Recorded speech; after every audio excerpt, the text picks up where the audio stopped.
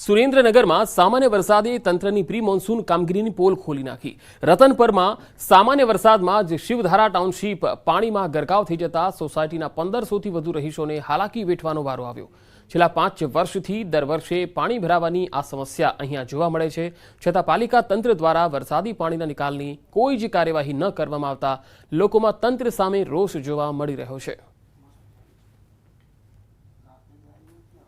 5 વર્ષથી અમને પાણી જ્યારે વરસાદ આવે ને ત્યારે 1 કે 2 વરસાદમાં જ એટલા બધા રોડમાં પાણી ભરાઈ જાય છે કે અમારે ચાલવામાં અને જવા આવવામાં બહુ જ તકલીફ પડે છે। અને શાકભાજી કે દૂધવાળા કે રિક્ષાવાળા કોઈ શિવધારામાં આવતા નથી અને શિવધારા ટાઉનશીપ ને એના પડખે બીજી ટાઉનશીપ છે, બે ટાઉનશીપ વાળાને બહુ જ તકલીફ પડે છે અને કેટલી વાર અમે મ્યુનિસિપાલિટી નગરપાલિકા જઈ આવ્યા છીએ પણ એનો કોઈ નિરાકરણ થતું નથી। અહીંયા અમારે શિવધારા ટાઉનશીપ અને દેવ ટાઉનશીપ બે છે, એમાં આશરે લગભગ 400 થી 450 મકાન છે અને 1500 થી 2000 માણસોનો વસવાટ છે।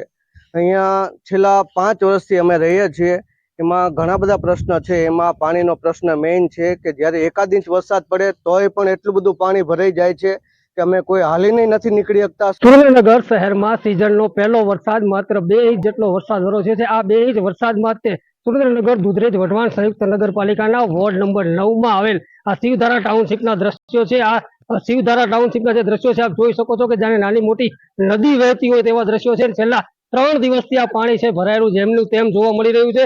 ક્યાંક ને ક્યાંક જે વરસાદી પાણીના નિકાલની જે સમસ્યા છે, સમસ્યાને લઈ અને લોકો છે એ ત્રાહિમામ પોકારી ગયા છે। ખાસ કરીને નાના બાળકો શાળાએ જઈ નથી શકતા કે કોઈ વૃદ્ધો કે કઈ ઇમરજન્સી એવી આવે તો કોઈને હોસ્પિટલ લઈ જવા હોય તો પણ લોકોને મુશ્કેલીનો સામનો કરવો પડે છે। ત્યારે આ રહીશો દ્વારા માત્ર ને માત્ર વરસાદી પાણીનો નિકાલની પાલિકા તંત્ર દ્વારા તાત્કાલિક કામગીરી કરવામાં આવે તેવી માંગ કરવામાં આવી છે અને તંત્ર આ મામલે જો કોઈ નક્કર કાર્યવાહી નહીં કરે તો આગામી સમયમાં 1500 થી વધુ લોકો દ્વારા પાલિકા તંત્ર સામે ઉગ્ર આંદોલન કરવાની ચીમકી પણ ઉચ્ચારી છે। અક્ષય જોશી, ન્યૂઝ 18 ગુજરાતી, સુરેન્દ્રનગર। દ્વારકાના દરિયામાં ભારે કરંટ જોવા મળ્યો। તોફાની બનેલા દરિયામાં યાત્રિકોનું જોખમી સ્નાન। ભારે કરંટથી ઉછળી રહ્યા છે મોટા મોજા। યાત્રિકો જોખમી રીતે લઈ રહ્યા છે સેલ્ફી। જાહેર ચેતવણીના બોર્ડને પણ અવગણી યાત્રિકો જોખમી રીતે કિનારે સેલ્ફી લેતા અને સ્નાનમાં મશગુલ જોવા મળ્યા। કોઈ દુર્ઘટના સર્જાય તો આખરે જવાબદાર કોણ રહેશે? તો દ્વારકાના દરિયામાં ભારે કરંટ જોવા મળી રહ્યો છે અને અહીંયા સહેલાણીઓ મોટી સંખ્યામાં આવી રહ્યા છે નહાવા માટે અને દરિયાની મોજ મજા લેવા માટે, પરંતુ આ દરિયો અત્યારે તોફાની દેખાઈ રહ્યો છે। ભારે કરંટથી મોટા મોજા ઉછળી રહ્યા છે। આવી સ્થિતિમાં કોઈ પણ વ્યક્તિએ દરિયાની નજીક ન જવું જોઈએ, પરંતુ યાત્રિકો અહીંયા જોખમી સેલ્ફી લેતા પણ દેખાઈ રહ્યા છે।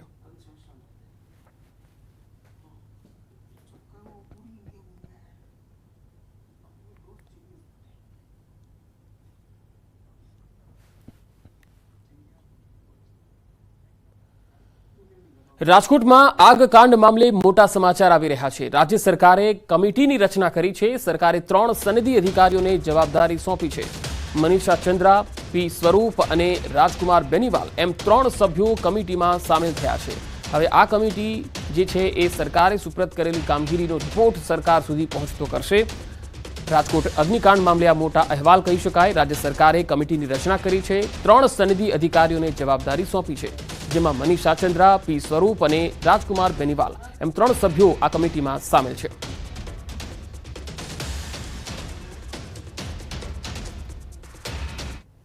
ટીઆરપી ગેમ ઝોન અગ્નિકાંડનો કેસ। ગુજરાત હાઈકોર્ટનો મહત્વપૂર્ણ હુકમ। તમામ મનપા અધિકારીઓની કામગીરી બાબતે તપાસના આદેશ અપાયા છે। બેદરકારી દાખવનાર અધિકારીઓ સામે કાર્યવાહી કરવાના આદેશ કરવામાં આવ્યા। ઉચ્ચ અધિકારીઓની ફરજ ચૂકના કારણે જાહેર સ્થળો લોકો માટે અસુરક્ષિત બન્યા છે એવું પણ હાઈકોર્ટે નોંધ્યું છે। આવી ફરજ ચૂક કરનાર અધિકારીઓને બક્ષવામાં નહીં આવે તેવો પણ કોર્ટે નિર્દેશ કર્યો છે। રાજ્ય સરકારના સુપરવિઝનમાં યોગ્ય અને કડક તપાસ અને પગલાં લેવા હાઈકોર્ટે નિર્દેશ આપ્યા છે। શહેરી વિકાસ વિભાગના પ્રિન્સિપલ સેક્રેટરીને 4 જુલાઈ સુધી રિપોર્ટ રજૂ કરવાનો નિર્દેશ કર્યો છે।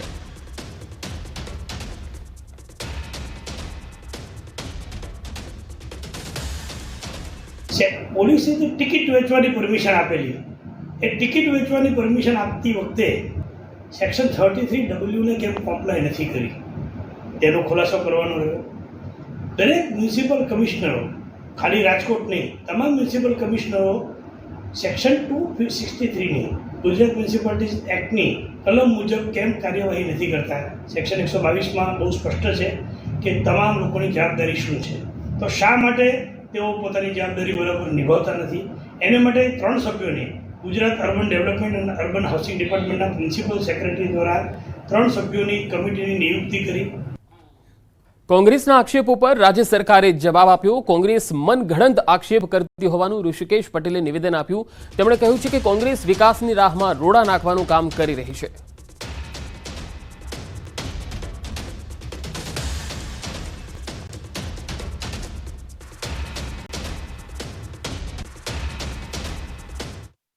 એટલે ગુજરાતની અંદર સતત સત્તા વિહોણી રહેલી કોંગ્રેસ ભૂતકાળમાં પણ આક્ષેપો કર્યા હતા, ક્યારેય સાબિત નથી કરી શકી. કોંગ્રેસ રઘવાઈ થઈ છે અને રઘવાઈ થઈ અને હકીકત અને તથ્યોના ઊંડાણમાં ગયા વગર કેવળ ને કેવળ આક્ષેપો કરી અને ભારતીય જનતા પાર્ટીના વિકાસના રાહમાં ક્યાંક ને ક્યાંક રોડા અને અડચણ નાખી રહી છે.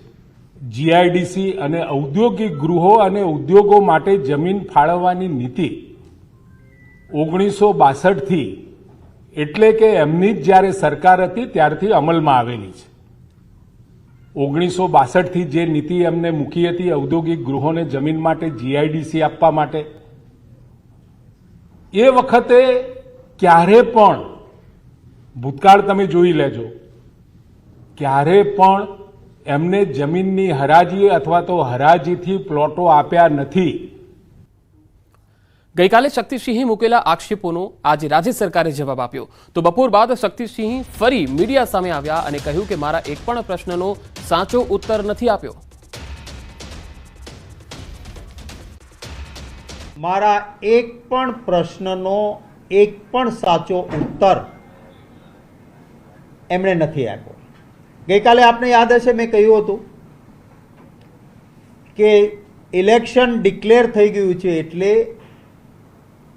સોંપણીનો જે ધંધો છે એમાં કેટલીક જગ્યાએ નથી થયું. આપ ધ્યાનથી પ્રેસ કોન્ફરન્સ જોજો.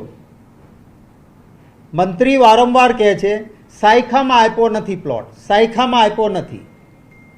પછી ધીમે રહીને બોલે છે કે દહેજમાં થોડા આપ્યા છે.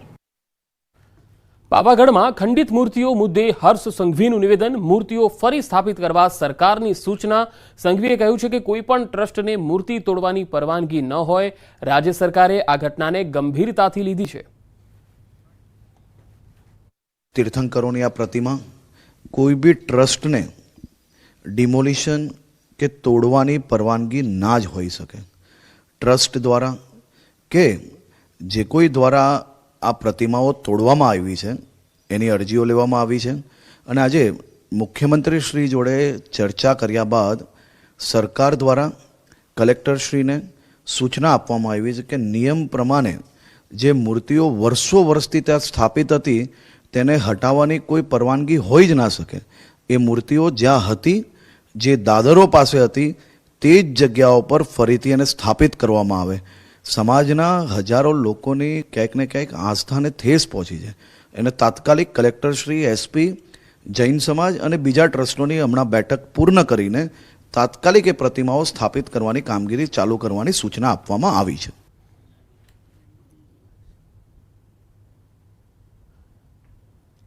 તો પાવાગઢમાં હટાવેલી મૂર્તિઓ પુનઃ સ્થાપિત કરવાની કામગીરી થોડી વારમાં મૂર્તિઓ પુનઃ સ્થાપિત કરાશે. આ એક મહત્વપૂર્ણ ખબર આવી રહી છે કે સિમેન્ટ અને કેમિકલ સહિતનું મટીરિયલ ખાસ કારીગરો સાથે પાવાગઢ ખાતે પહોંચાડવામાં આવ્યું છે. પોલીસ અને વહીવટી તંત્રની નજર હેઠળ કાર્યવાહી હાથ ધરવામાં આવશે.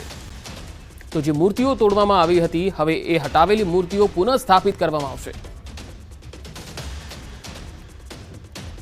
યાત્રાધામ પાવાગઢ ખાતે મંદિર જવાના જે જૂના માર્ગ હતો તેના ઉપર જે જૈન તીરથંકર ભગવાનની જે પ્રતિમાઓ હતી તેને ખંડિત કરવા અને ત્યાંથી હટાવી દેવામાં આવ્યાનો વિવાદ હતો. હું આપને સીધા દ્રશ્યો બતાવીશ ગઈકાલે રાત્રે જે વિવાદ સામે આવ્યો હતો અને તેના બાદ એક સુખદ કહી શકાય એ પ્રકારના સમાધાનની ફોર્મ્યુલા અપનાવવામાં આવી હતી.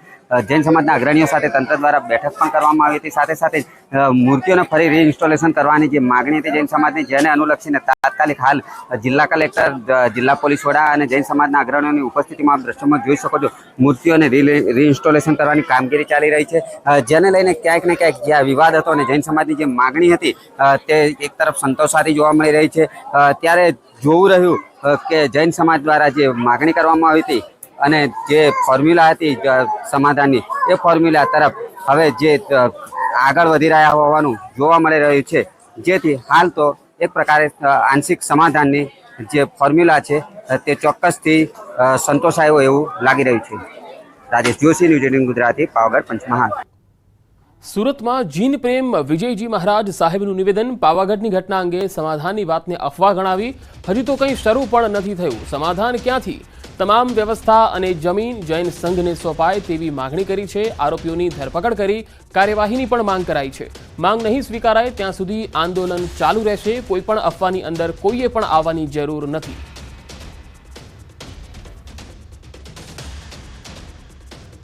છેલ્લા સમાચાર મુજબ એવા સમાચારો ઉર્ફે અફવા ફેલાવવાના પ્રયાસ થઈ રહ્યા છે કે બધું બરાબર પતી ગયું છે. હજી તો શરૂ પણ થયું નથી.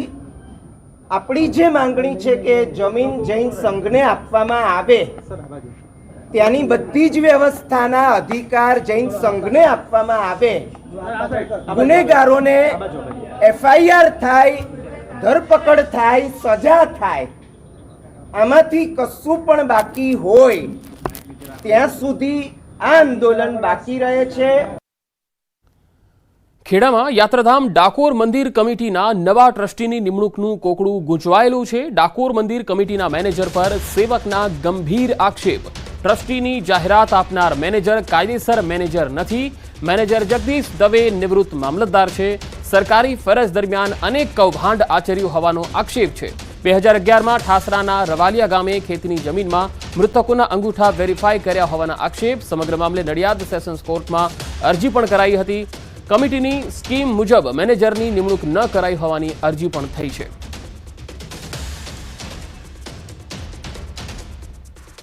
મેનેજરનો ભૂતકાળ અગાઉનો ખરાબ છે, વર્તમાનમાં ખરાબ છે. મારી પાસે એના એવિડન્સ છે. મરી ગયેલા માણસોને જીવતા બદલાયેલા, કેટલાક નિર્દોષ ખેડૂતોને જેલમાં કરાવી દીધેલા, એ બધા મારી પાસે એવિડન્સ છે. મેં અરજી આપી છે અને ડિસ્ટ્રિક્ટ કોર્ટને મેં જાણ કરી છે કે મેનેજરને તાત્કાલિક છૂટા કરી દેવા. આગળ વધુ સમાચારો પર નજર કરીશું. હાલ રોકાઈશું એક બ્રેક માટે.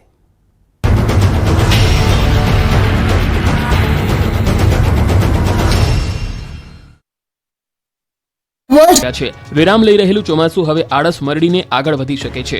હવામાન નિષ્ણાત અંબાલાલ પટેલે આગાહી કરી છે કે આગામી 24 કલાકમાં ચોમાસું આળસ કંખેરી તોફાની બનશે. હવામાન નિષ્ણાત અંબાલાલ પટેલે ફરી એકવાર હચમચાવનારી આગાહી કરી. અંબાલાલના મતે 24 કલાકમાં ચોમાસું ગુજરાતમાં ફરી સક્રિય થશે. આવતીકાલથી ગુજરાતમાં ચોમાસું ધબધબાટી બોલાવવાનું શરૂ કરશે. 17 થી 22 જૂન સુધી આંચકાનો પવન ફૂંકાશે. આંધી, વંટોળ, ગાજવીજ સાથે વરસાદ તૂટી પડશે. કાચા મકાનોના છાપરા ઉડી જાય તેવો પવન સાથે વરસાદ થશે. 2 શાખા સક્રિય થવાથી ગુજરાતને ફાયદો થશે. અંબાલાલ પટેલના મતે અરબ સાગર અને બંગાળની ખાડીમાં લો પ્રેશર બનશે. 20મી જૂનથી ડીપ ડિપ્રેશન બનશે. 20 થી શરૂ થતો વરસાદ વાવણી લાયક રહેશે. 20 થી 28 જૂનથી નિરંતર વરસાદ શરૂ રહેશે. રાજ્યમાં દક્ષિણ ગુજરાત, સૌરાષ્ટ્ર અને મધ્ય ગુજરાતમાં ભારે વરસાદની આગાહી અંબાલાલ પટેલે કરી છે. આ સાથે તેમણે કહ્યું કે આદ્રા નક્ષત્રમાં સારા વરસાદથી ખેડૂતોને ફાયદો થશે. અમદાવાદના કાગડાપીઠ વિસ્તારમાંથી 1 કિલો સોનાના દાગીનાની લૂંટના કેસમાં મોટો ખુલાસો થયો છે. પોલીસની તપાસમાં સામે આવ્યું કે લૂંટના કેસનો ફરિયાદી જ આરોપી છે. પોલીસે સીસીટીવી કેમેરાની તપાસ કરતા લૂંટની ખોટી કહાનીનો ભાંડાફોડ થયો. ફરિયાદી ધર્મ ઠક્કરે તેના 2 મિત્રો સાથે મળીને નકલી લૂંટનો પ્લાન બનાવ્યો. નકલી લૂંટનો ફરિયાદી ધર્મ ઠક્કર માણિક ચોકથી 1 કિલો સોનું લઈને નીકળ્યો હતો. આ પછી તેને ત્યાંથી ગીતા મંદિર નજીક પહોંચીને ત્યાં ઉભેલા 2 મિત્રોને સોનું આપી દીધું હતું. આ ઘટનાના સીસીટીવી દ્રશ્યો સામે આવ્યા. ધર્મ ઠક્કર જમાલપુરના અશરફી જ્વેલર્સમાં કામ કરે છે. આરોપી ધર્મ ઠક્કરે 2 મિત્રો સાથે મળી ખોટી લૂંટનો પ્લાન બનાવ્યો. ધર્મ ઠક્કરે કબૂલ્યું કે તેને પૈસાની જરૂર હતી, જેથી તેના મિત્રો સાથે મળીને લૂંટનો ખોટો પ્લાન બનાવ્યો હતો. ધર્મ ઠક્કર માણિક ચોકથી 1 કિલો સોનું લઈ નીકળ્યો. ગીતા મંદિર નજીક 2 મિત્રો ખોટી લૂંટના પ્લાન માટે ઊભા હતા. પ્લાન કરવા ઊભા રહ્યા હોવાનું સીસીટીવી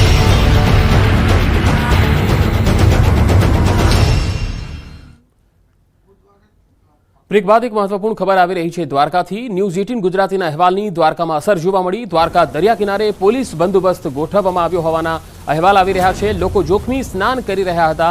દ્વારકાના દરિયા કિનારે દરિયામાં કરંટ હોવા છતાં લોકો જોખમી સ્નાન કરતા જોવા મળ્યા હતા અને સેલ્ફી પણ લેતા હતા। આ અહેવાલ ન્યૂઝ 18 ગુજરાતીમાં પ્રસારિત થયા બાદ તંત્ર સફાળું જાગ્યું। દ્વારકાના દરિયા કિનારે લોકો જોખમી સ્નાન કરતા હોય તો પોલીસે દરિયા કિનારાથી લોકોને દૂર કર્યા હતા અને બંદોબસ્ત પણ ગોઠવી દીધો છે। વધુ માહિતી સાથે સંવાદદાતા દ્વારકાથી મુકુંદ મોકરિયા જોડાયા છે। મુકુંદ, હાલ પોલીસ બંદોબસ્ત ગોઠવવામાં આવ્યો છે તેવા અહેવાલ છે, શું વધુ વિગતો?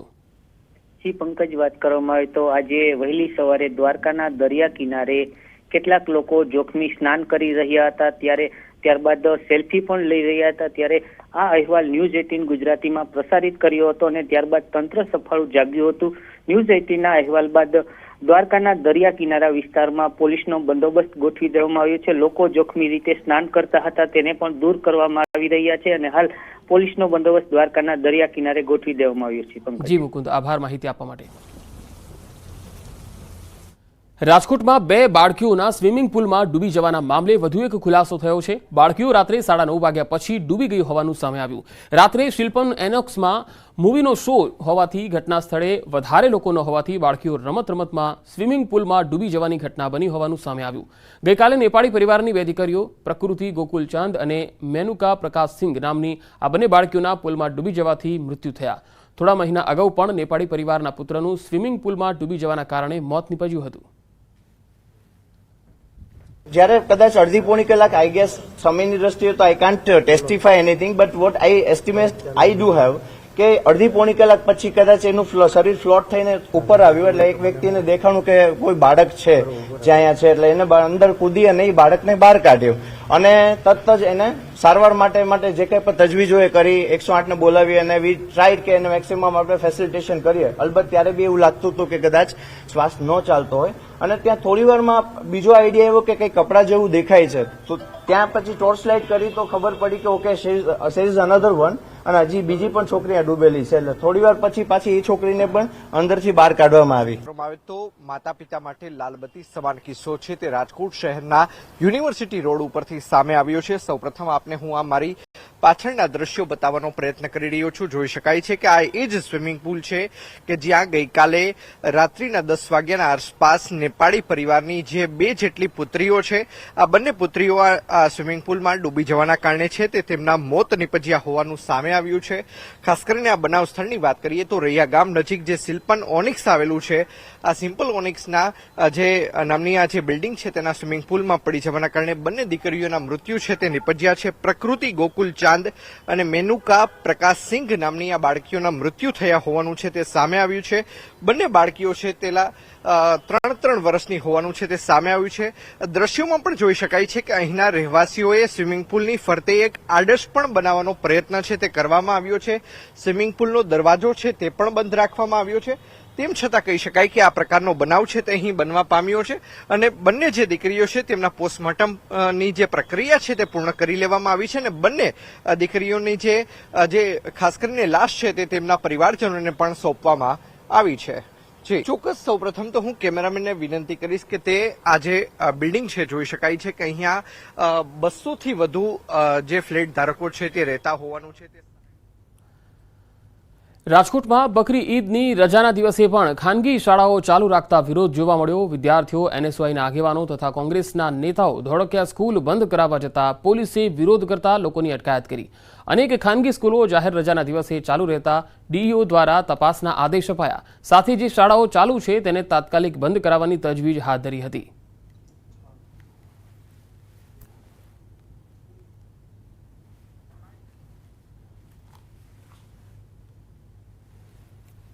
રાજકોટ સહિત સમગ્ર રાજ્યભરમાં આજરોજ બકરી ઈદની જાહેર રજા છે તેમ છતાં રાજકોટ શહેરમાં ખાનગી શાળાઓ છે કે જે જાહેર રજાના દિવસે પણ શરૂ હોવાનું છે તે સામે આવ્યું છે। દ્રશ્યોમાં જોઈ શકાય છે કે કઈ રીતે શાળાઓની અંદર શૈક્ષણિક કાર્ય છે તે શરૂ હજુ પણ રાખવામાં આવ્યું છે। અનેક જગ્યાએ જે બાળકોને છોડી મૂકવામાં આવ્યા છે તો અનેક એવા ક્લાસરૂમ પણ મળી આવી રહ્યા છે કે જેમાં બાળકોને હાલ અત્યારે તેમનું શૈક્ષણિક કાર્ય હોય તે પ્રકારના દ્રશ્યો છે તે હાલ અત્યારે સામે આવી રહ્યા છે. થોડીક જ વાર પૂર્વે અહીં એનએસયુઆઈના અને સાથોસાથ કોંગ્રેસની જે યુવા પાંખ છે, વિદ્યાર્થી આગેવાનો છે, તે પણ અહીં વિરોધ કરવા પહોંચ્યા હતા, પરંતુ સ્થાનિક પોલીસ દ્વારા તેમની અટકાયત છે તે કરી લેવામાં આવી છે. બીજી તરફ અનેક સવાલો જિલ્લા શિક્ષણ અધિકારી રાજકોટમાં સ્વામિનારાયણ ગુરુકુળના 2 સંતો સામે દુષ્કર્મની ફરિયાદનો મામલો. વાલીઓ ગુરુકુળમાંથી પોતાના બાળકોને પરત લઈ ગયા. ખીરસરા સ્વામિનારાયણ ગુરુકુળ લગભગ ખાલી ખમ થઈ ગયું છે. ખીરસરા સ્વામિનારાયણ ગુરુકુળમાં ચુસ્ત પોલીસ બંદોબસ્ત ગોઠવવામાં આવ્યો. વ્યવસ્થાપક કમિટીનો મીડિયા સમક્ષ બોલવાનો ઇનકાર. વાલીઓ અને વિદ્યાર્થીઓ પણ કંઈ બોલવા તૈયાર નથી. વધુ માહિતી સાથે સંવાદદાતા મુનાફ બકાલી મારી સાથે જોડાયા છે. મુનાફ, કમિટીના કોઈ પણ સભ્ય બોલવા માટે તૈયાર નથી. હવે આગળ થશે શું?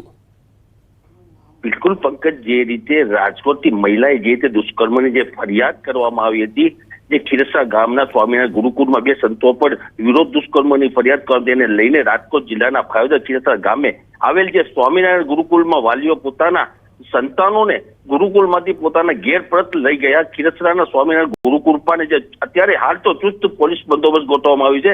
ખીરસરા ગામમાં પોલીસ તપાસનો ધમધમાટ અત્યારે ચાલી રહ્યો છે. જે સ્વામિનારાયણ ગુરુકુળના વેપિક કમિટીના આગેવાનો મિટિંગ પણ યોજાઈ હતી. પોલીસ કે વેપિક કમિટીના મીડિયા સમક્ષ બોલવા હાલ તો કોઈ તૈયાર નથી. અમને ઘટનાની કોઈ પણ જાણ નથી તેવા અત્યારે કરી રહ્યા છે. ખીરસરાના સ્વામિનારાયણ ગુરુકુળ લગભગ ખાલી, વિદ્યાર્થીઓ પોતાના ઘરે પરત ફરિયાદ વાલીઓ અને વિદ્યાર્થીઓ મીડિયા સમક્ષ કોઈ બોલવા બી અત્યારે તૈયાર નથી. જે રીતે કમિટી બી રચવામાં આવી છે તેને લઈને હાલ તો જે ગુરુકુળ છે તે અત્યારે સાવ ખાલી ખમ પંકજ જોવા મળી રહ્યો છે. જી મુનાફ, આભાર માહિતી આપવા માટે. દ્વારકામાં દરિયા કિનારે જોખમી સ્નાનનો મામલો. ધનરાજ નથવાણીના ટ્વીટ બાદ તંત્ર દોડતું થયું છે. દ્વારકાના દરિયા કિનારે યાત્રિકોના જોખમી સ્નાન અંગે ધનરાજ નથવાણીએ પણ ટ્વીટ કર્યું હતું. દ્વારકા પોલીસ ગોમતી ઘાટ તેમજ સંગમ ઘાટ દરિયા કિનારેથી યાત્રિકોને દૂર કરાવ્યા. મીડિયા અહેવાલો બાદ તંત્ર સફાળું જાગ્યું હોય. દરિયામાં ભારે કરંટ વચ્ચે જોખમી સ્નાન કરતા હોય ધનરાજ નથવાણીએ પણ આ અંગે ટ્વીટ કરી અને સ્થાનિક તંત્રનું ધ્યાન દોર્યું હતું. દરિયા કિનારે જોખમી સ્નાનનો મામલો. ધનરાજ નથવાણીએ પણ ટ્વીટ કરી અને ધ્યાન દોર્યું હતું. સંગમ ઘાટ દરિયા કિનારેથી યાત્રિકોને પોલીસે દૂર કરાવ્યા છે. દરિયા કિનારે જોખમી સ્નાન કરી રહ્યા હતા કેટલાક લોકો અને હાલ દરિયામાં ભારે કરંટ જોવા મળી રહ્યો છે. ઊંચા મોજા ઉછળી રહ્યા છે. ત્યારે આવી સ્થિતિમાં દરિયામાં કોઈએ પણ નજીક ન જવું જોઈએ. ડૂબી જવાની પૂરી સંભાવના રહેતી હોય છે અને ઊંચા મોજા ઉછળતા હોય છે ત્યારે દરિયામાં કોઈ વ્યક્તિનો કોઈ અણબનાવ ન બને તેના માટે હવે પોલીસની ટીમે અહીંયા બંદોબસ્ત ગોઠવ્યો છે.